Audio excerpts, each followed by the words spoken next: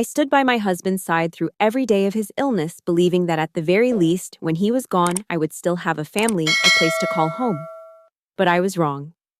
Just days after his funeral, my mother-in-law looked me in the eye and said coldly, "This house is mine now. You are no longer family." I stood there clutching my husband's photo, and in that moment, I realized the real tragedy had only just begun.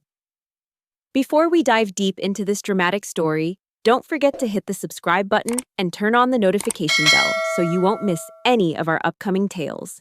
And leave a comment to let us know where you're watching from. My name is Elise Harper, and I am 32 years old.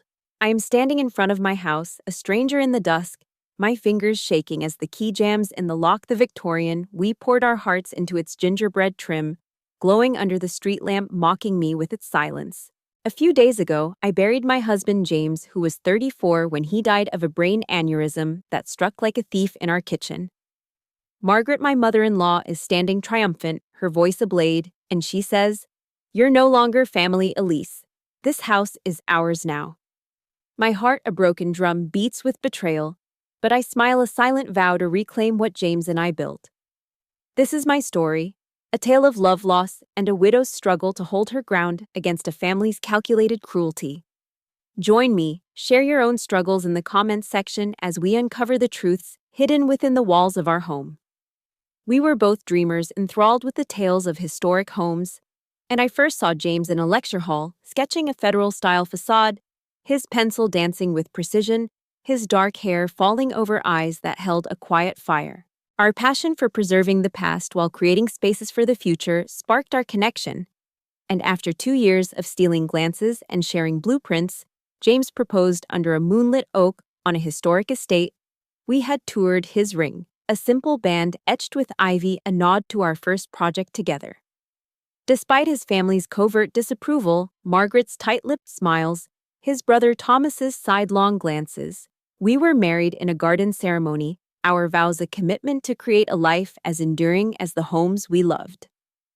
I made a name for myself as an interior designer by fusing modern elegance with classic charm, and my portfolio garnered whispers of praise. James, on the other hand, rose at a prestigious firm, his restorations of dilapidated manors praised in journals.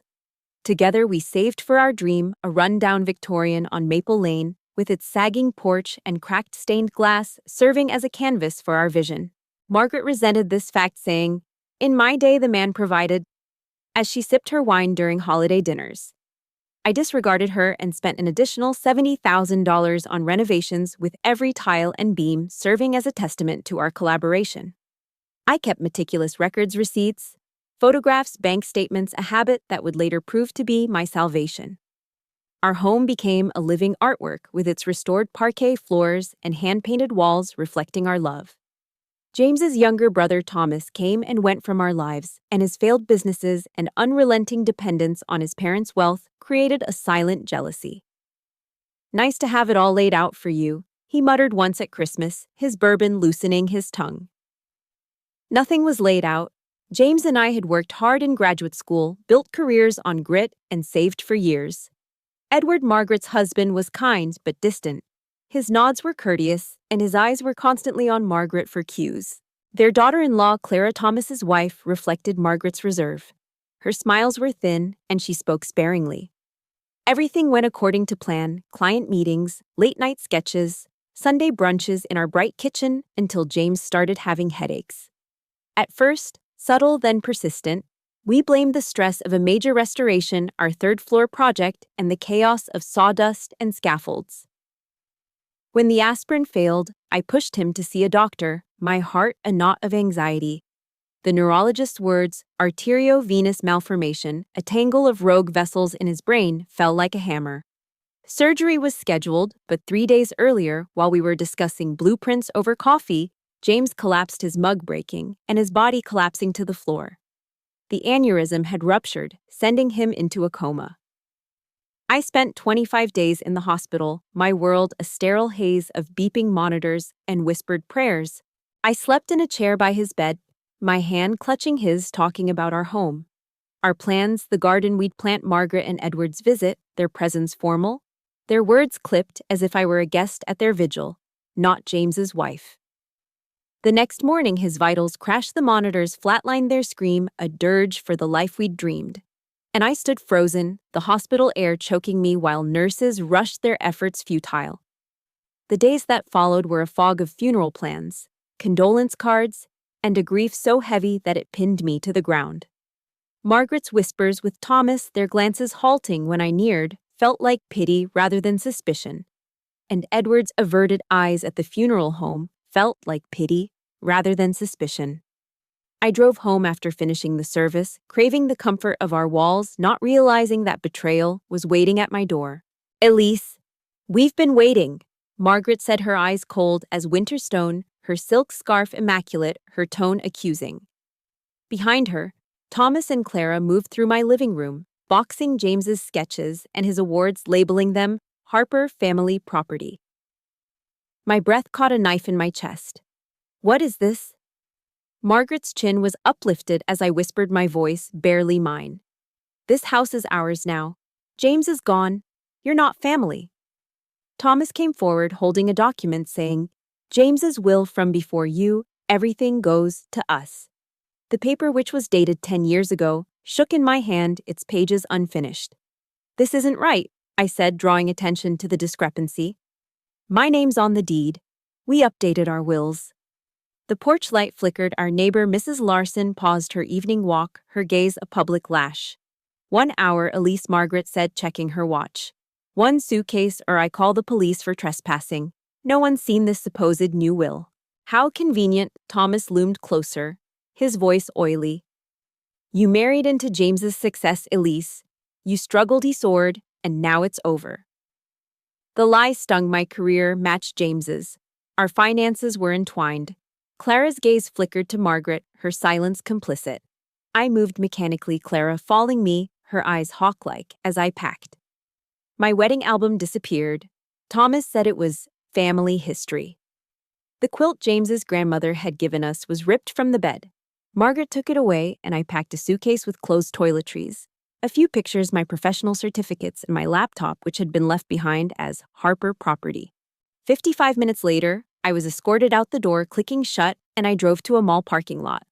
My car a cold shelter, sobbing until my chest hurt, staring at the stars through the windshield, and by dawn grief and shock gave birth to a hollow truth.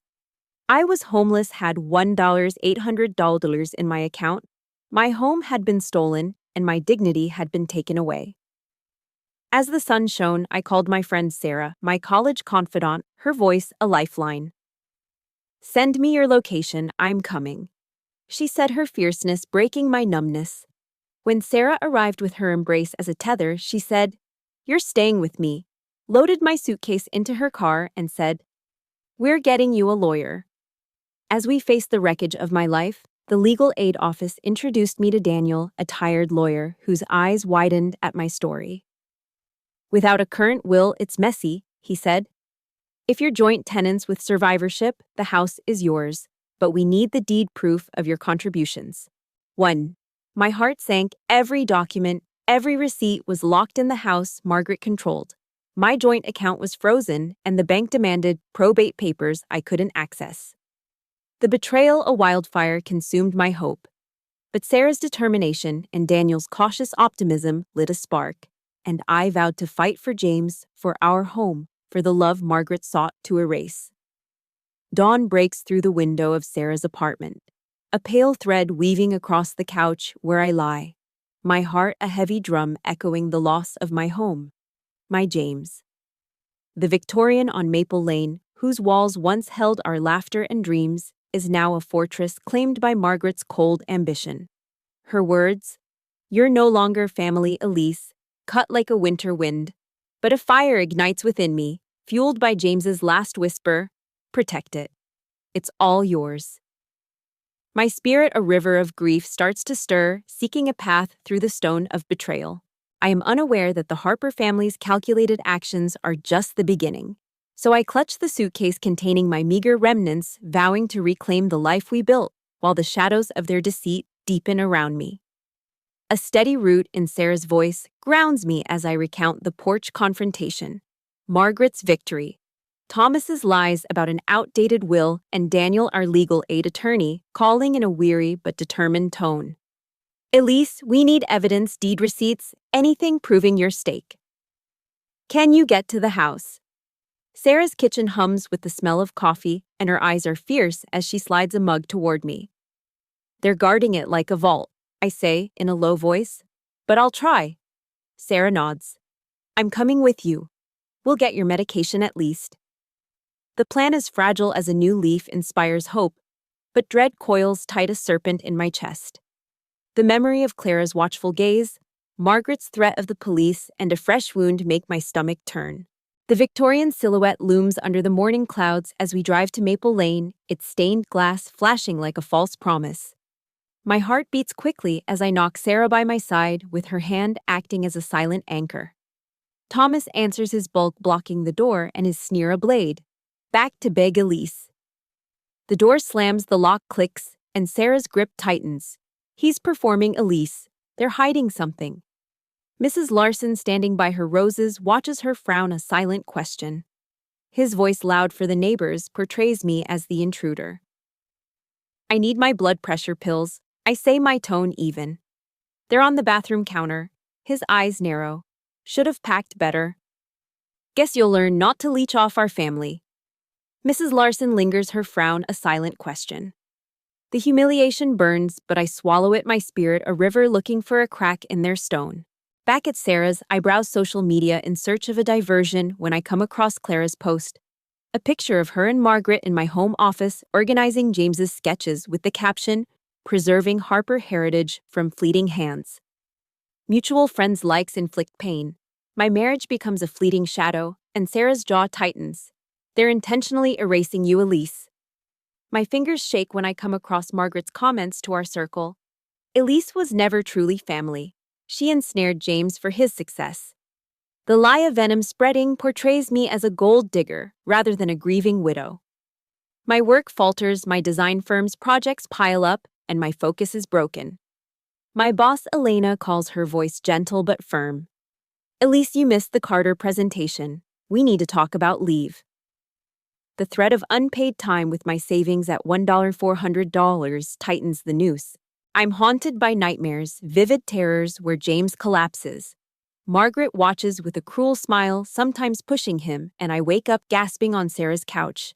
My savings dwindling due to medications, bus fares, and legal consultations. I'm a ghost in the system. I'm searching for an apartment and discovering that I'm in a precarious state. I have no recent rental history. My job is in jeopardy. Margaret's story is like a wildfire that spreads throughout our town. I run to the bathroom, retching another public wound. Sarah shows me posts of Margaret's family memorial in our home. Harper portraits have replaced my wedding photos on the mantle, and the chandelier James and I hung glints in their photos, a mockery of our love. I find out through a friend that Thomas is selling James's old cars, including our 1965 Mustang, which has been restored over many weekends.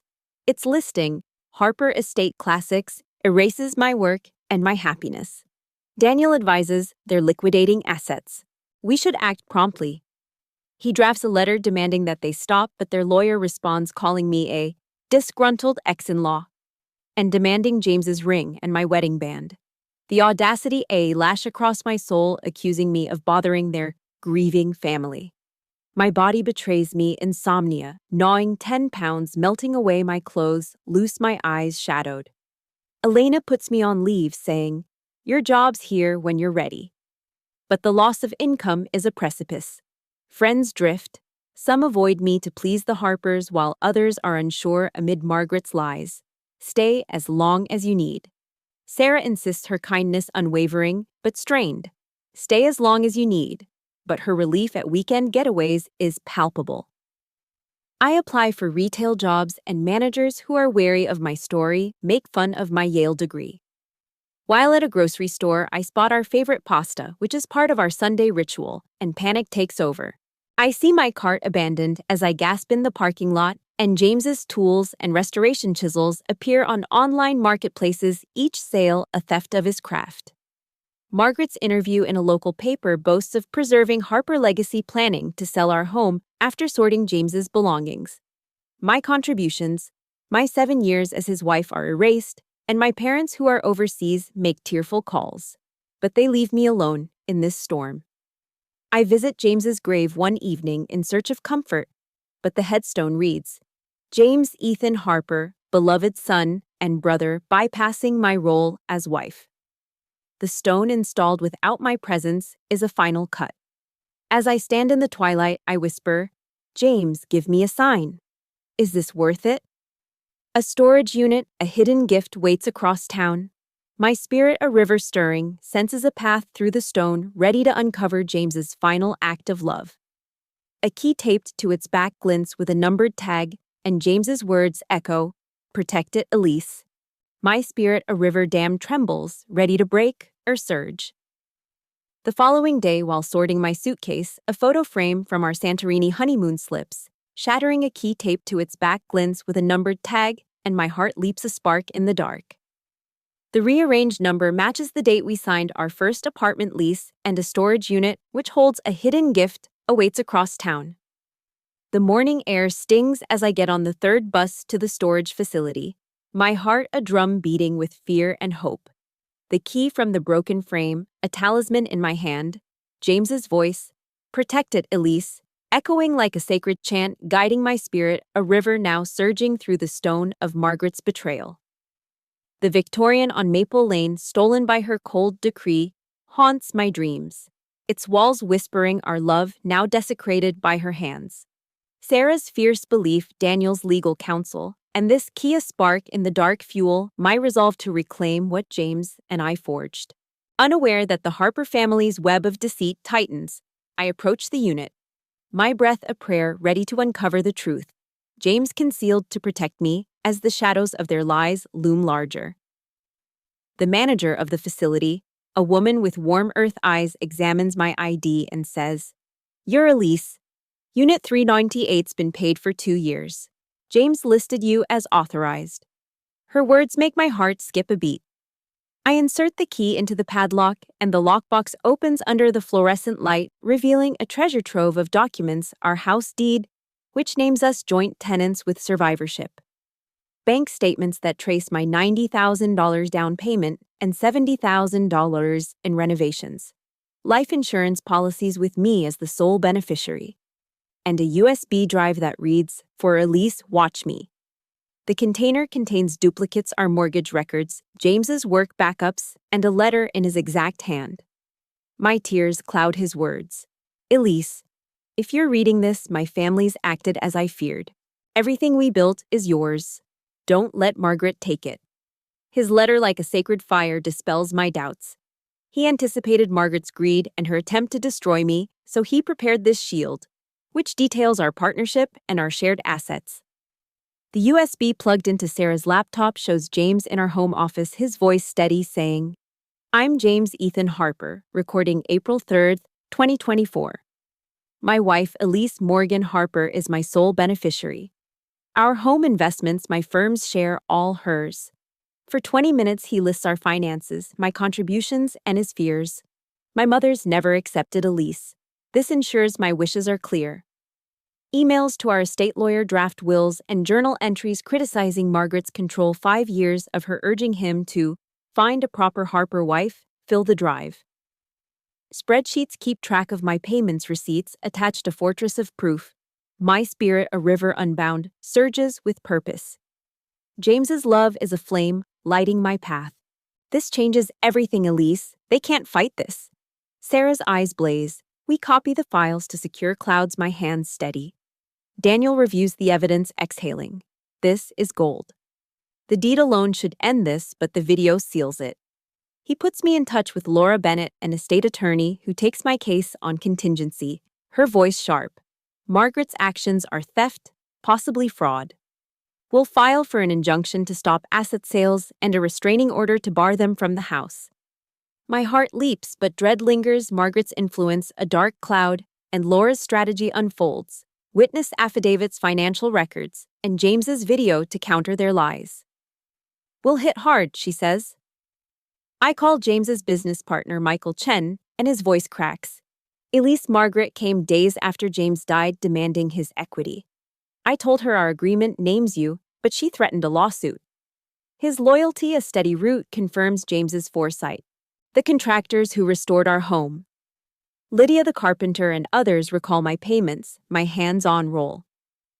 You paid me directly for the banister, Lydia says, agreeing to testify. Neighbors, the Larsons, provide statements. We saw you build that home with James. Mrs. Larson says, her voice firm. Margaret's wrong. My involvement in our homeowners association and my tax and insurance payments, all of which are documented, support our case. Laura adds claims for wrongful eviction, emotional distress, and property conversion. They'll pay for this, she promises. However, Margaret's campaign intensifies. Church friends message me saying, "Gold digger, you shamed the Harpers."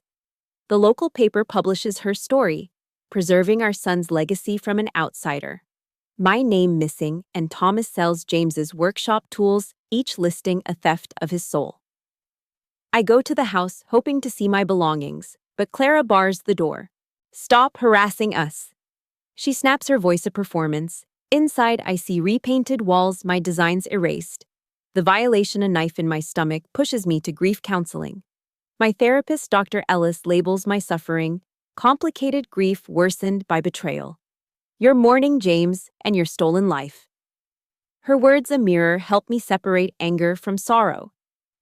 A court order reveals that Margaret's storage unit contains my art jewelry and electronics that were given to family members as Harper heirlooms. However, many of the items are gone, sold, or hidden. My design portfolios, my grandmother's quilt, and my childhood photos taken to hurt, not profit. Clara, cornered, meets me in secret, her eyes haunted, and she says, Margaret planned this in the hospital. She told us you'd steal our legacy. Her confession, a crack in their stone, reveals that Margaret's lawyer was hired prior to James's death. My spirit, a river carving deeper, feels the weight of their premeditation. I record every sale and slander, creating a timeline of their assault. Laura warns, this goes public soon. Brace for their counterattack. The city is a constellation, below my heart is a drum beating for justice. James's evidence is a hidden flame that burns away my despair. I grieve him in private moments, drawing our unfinished garden. His vision is a seed. I'll plant Margaret's lies, Thomas's greed, and Clara's complicity. They're a storm, but I'm no longer at sea. My spirit, a river breaking free, flows toward a reckoning, ready to face the Harper's wrath as the truth James protected lights my way. Beyond Sarah's window, the city pulses its lights, a constellation guiding my spirit, a river now carving through the stone of the Harper's deceit. James's hidden flame, his letter, his video. The deed burns bright within me, a sacred fire kindling my fight to reclaim our Victorian on Maple Lane. Margaret's calculated theft, Thomas's greed, and Clara's waning loyalty form a storm cloud. But my heart, a steady drum, beats with purpose. Laura's legal arsenal, supported by James's evidence, promises a reckoning, but the Harpers' venom spreads their lies, a dark wind seeking to extinguish my truth. Unaware that a courtroom clash looms, I stand ready, my wings unfurling as the echoes of James's love shield me against the rising tempest. Laura files our motion, an emergency injunction to stop the Harpers from selling their assets, and a restraining order to keep them out of our house. Her voice, as sharp as a hawk's cry, lays out our case. At least the joint tenancy deed is ironclad. Their self-help eviction is illegal. We're demanding damages for distress conversion and wrongful eviction. My heart quickens. The weight of James's foresight becomes a steady root, and I gather affidavits, Lydia's testimony of my renovation payments, Michael Chen's confirmation of my firm equity, and the Larsons' account of my life with James.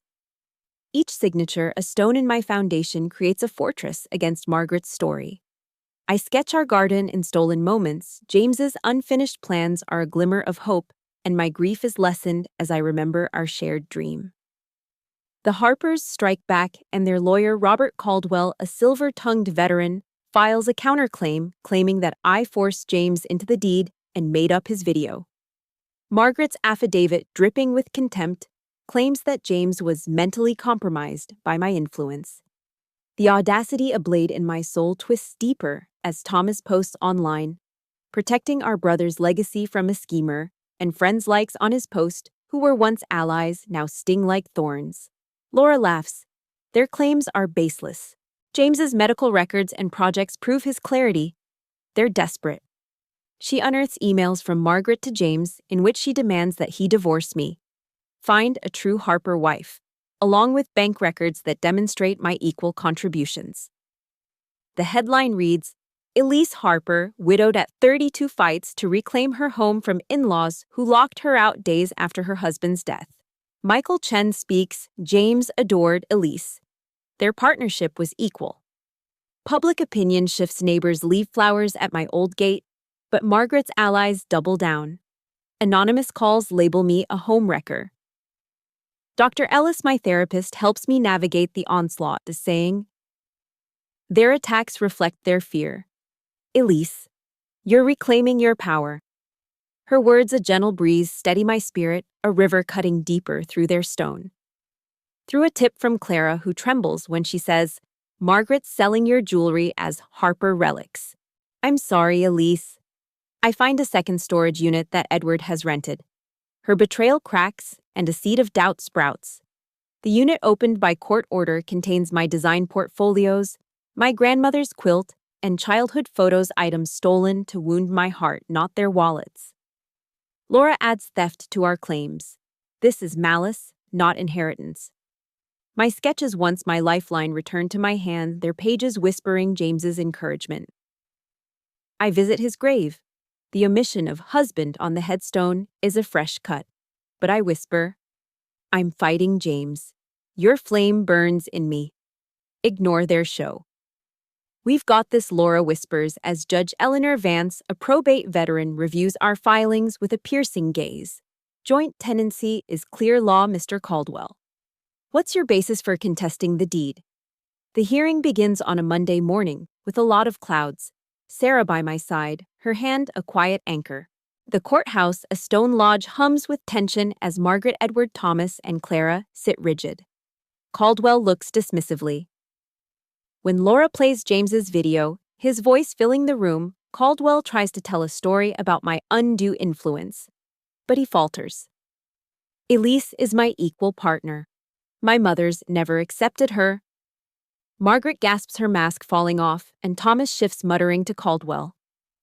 Judge Vance narrows his eyes at Caldwell's feeble rebuttal as Laura presents our evidence, which includes bank statements, contractor affidavits, Michael's testimony, and the stolen items in Margaret's units.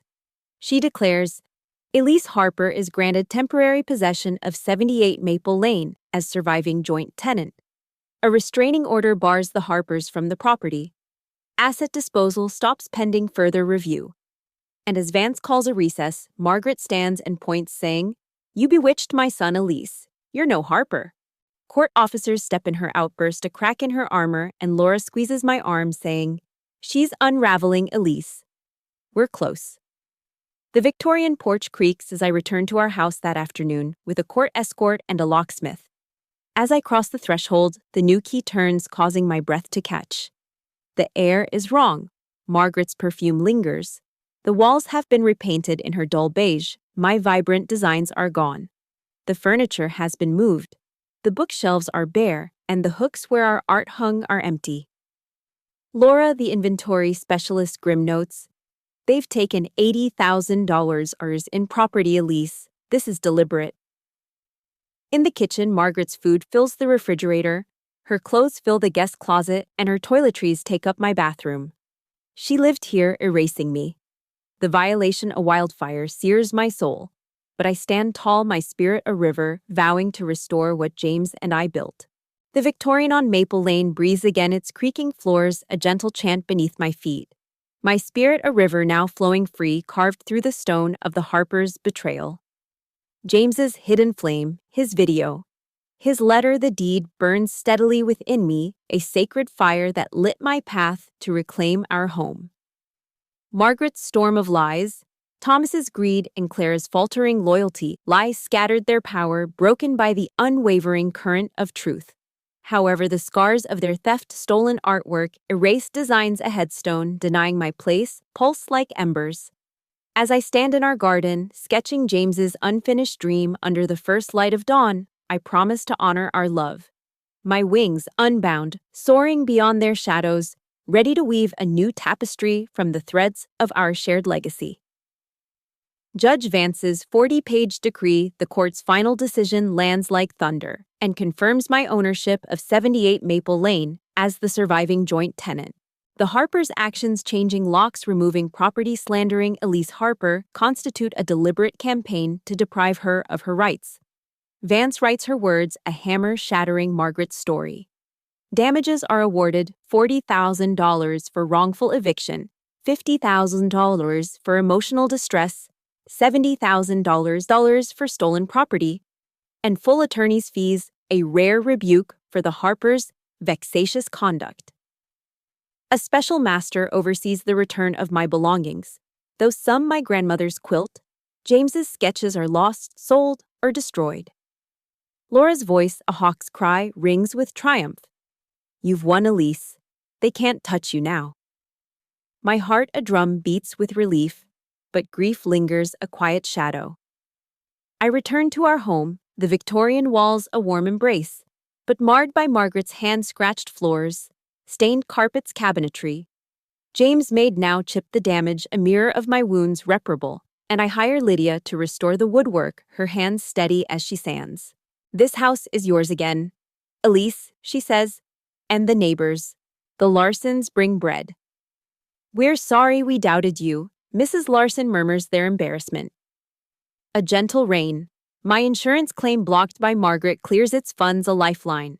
The bank unfreezes our joint account, adding interest for their error. I sleep in our bed. James's presence, a gentle breeze, not a ghost, but a memory woven into the walls. Nightmares fade. My spirit is a river no longer dammed. Margaret delivers the final court-ordered items, a truck unloading my artwork and James's grandmother's jewelry. Her once stony face is now hollow. The court says these are yours, she says, her voice devoid of venom. You've taken everything. I meet her gaze. I've kept what James and I built, Margaret, what we chose. She turns away, her shoulders sagging, a defeated wind. Clara, who is now divorcing Thomas, visits, her eyes clear, saying, I was blind, Elise. Margaret's control suffocated us. Her apology, a seed, blossoms into cautious friendship, her tales of Margaret's manipulation, hospital plans. Pre-death lawyers, a mirror to my suffering. She returns photos she saved of James and me, laughing in Santorini, their edges worn but whole. The public's attitude changes, the reporter's story spreads, clients come back to my design firm, and Elena brings me back. Your fire's back, Elise, she says, smiling. I start a specialty estate planning for couples, protecting creative legacies, my ordeal. A beacon for others, a partnership offer arrives, one James would have toasted with our favorite wine. I established the James Harper Preservation Scholarship at Yale, funding students to carry on his passion for historic homes. Edward writes a letter saying, I regret our actions, Elise. The scholarship honors James. His cautious words imply introspection, a crack in the Harper stone. My parents, who are visiting from overseas, walk the house. My father pauses. You've kept James alive, but made it yours. His nod, a steady root, grounds me. Thomas, humbled, greets me at a cafe with a low voice, saying, I followed Margaret blindly, Elise. James told me last year he wanted you to have everything. I should have spoken. His therapy and his failing marriage show a man unmoored, and his late but sincere apology is a stone I set aside, not a burden I carry. Community gestures heal. Michael Chen hosts a restoration day. Friends repaint walls, fix fixtures, and share James's stories. Hidden photos tucked in vents by Margaret's hand emerge, each a reclaimed thread of our lives. The special master traces my jewelry. Relatives return pieces with apologies. We didn't know, eyes, they say, their eyes averted. I change every lock. The new keys are a talisman, and my home is safe. My rock, Sarah, gets her own key, her laughter filling the house. James would haunt me if you hid here, she teases, dragging me to hikes, concerts, and new rituals. Friends who stood by Lydia, Michael, and the Larsons form my chosen family. Their love a constellation brighter than blood. The garden becomes my sanctuary. James's sketches guiding my hands as I plant Japanese maples, their leaves a fiery dance. I read his architecture books there, our old arguments alive in the rustling pages. and grief a quiet companion no longer drowns me, but flows beside my joy. A year after James's death, I stand in the garden with my spirit unbound like a river by the light of the dawn. Margaret faded her calls, unanswered her influence like a distant storm. Thomas rebuilt his therapy, a slow path. Clara wrote her freedom, mirroring mine. Edward's silence softened a letter unsent but felt, and the house breathes new traditions. James's drawings on the walls. My furniture rearranged his clothes, donated a few kept for memory. My estate lawyer, inspired by my case, teaches couples to protect their dreams. My story, a shield for others. And on difficult days, I sit beneath the maples. James's voice, a breeze. Our love, a sacred fire enduring. Share your flame below and allow it to ignite another's. My experience has shown that truth triumphs over lies, that chosen family is more important than blood, and that love which endures forever like stars is yours to possess. Maybe you too have experienced the pain of being betrayed by the very family you needed most. Have you ever discovered a strength within yourself you never knew existed, right in the middle of heartbreak? If you carry a story like that, I invite you to share it in the comments below. If this journey of healing and justice resonates with you, please hit that subscribe button and like this video. Your support helps me continue sharing these difficult but important stories that deserve to be heard. And remember, family isn't just defined by bloodlines or legal documents, but by love, respect, and hearts that choose to stand by each other. Thank you for walking with me through this chapter of my life. I wish you the strength to face whatever storms life may send your way.